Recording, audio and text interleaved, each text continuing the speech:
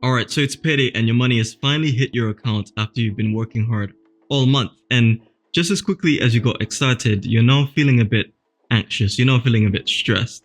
You don't really know why, but it happens every month around payday. You question whether you're making true progress in life. Am I saving enough? Am I investing enough?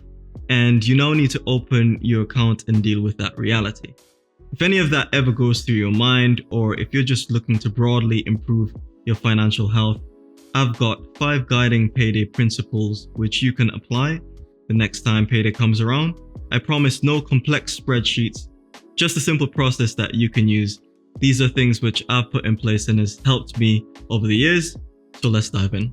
Alright, so the first rule is you pay your major expenses first. So expenses such as your rent, such as your mortgage, your monthly housing bills, or your car note. Honestly, this may sound very obvious, but you don't have to look very far to find people saying that you should somehow pay yourself first. I just don't think this is realistic. It sounds amazing. People justify this with an abundant mindset, but it's wishful thinking in my opinion. I think it's ignorant in my opinion. With your finances, there are real world implications if you don't pay your mortgage, or you don't pay your rent, or you don't pay your car. Right? So let's be serious about our financial health and pay off those major expenses first. The next rule is to pay your outstanding debts and credit cards, right? So now that you've paid your major expenses, now you can address your credit card debt. Now, the ideal setup is to have your minor monthly expenses all on your credit card. So ideally, your monthly subscriptions, your groceries. The idea is that you maximize the benefits that you can receive from a credit card. Now, I usually get a return flight a year, so on a companion voucher from my Amex. And this is all just by me meeting the limitations to then receive that perk. Amongst all of the other perks that comes with a credit card, so, the security, etc. And wherever possible, you should look to use other people's money to fund your lifestyle in credit. This is only predicated on whether you're able to clear the monthly balance every single month.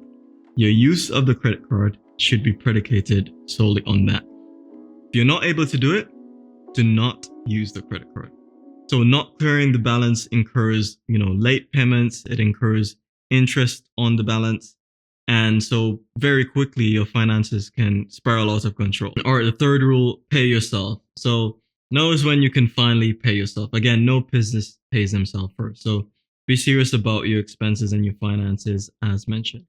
So let's start with savings. I found the simplest way to do this is to have 2 separate money pots, right? So you've got your standard debit account where you get paid, and then you'll have a separate higher yielding savings account.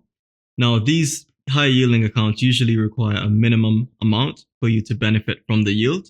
So just have a look at the options that your bank has to offer. So the higher yielding account is where you would transfer any remaining money after you've cleared your major expenses and you've made your investments.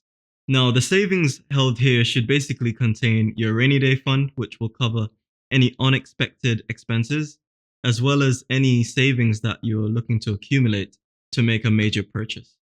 And so it's simple. You just have everything stored here so you can benefit from that higher interest yield. Now on to investments, and the amount that everyone can invest definitely varies on personal circumstances and savings goals, right?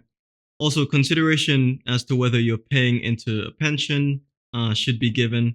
I do suggest, however, that even if you are paying into a pension, that you should practice personal monthly investment as much as possible. The general rule of thumb is that you invest 20% of your gross pay.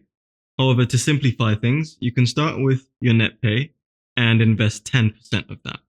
Now, you assess that impact, assess your budget, assess, how you've managed that. And each month you just look to, bit by bit bump up over that 10%. I suggest you invest in a broad-based index. I usually invest in the S&P 500 each month. And this just tracks the largest 500 largest traded public companies in the US market.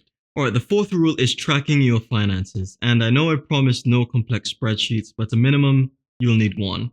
And you may have heard the quote, what gets measured gets managed. Essentially, stating that measuring something brings it into focus, right? Allowing you to have a clearer understanding and accountability. If you want to lose weight, you have to step on the scale. You have to measure yourself, you have to measure your food.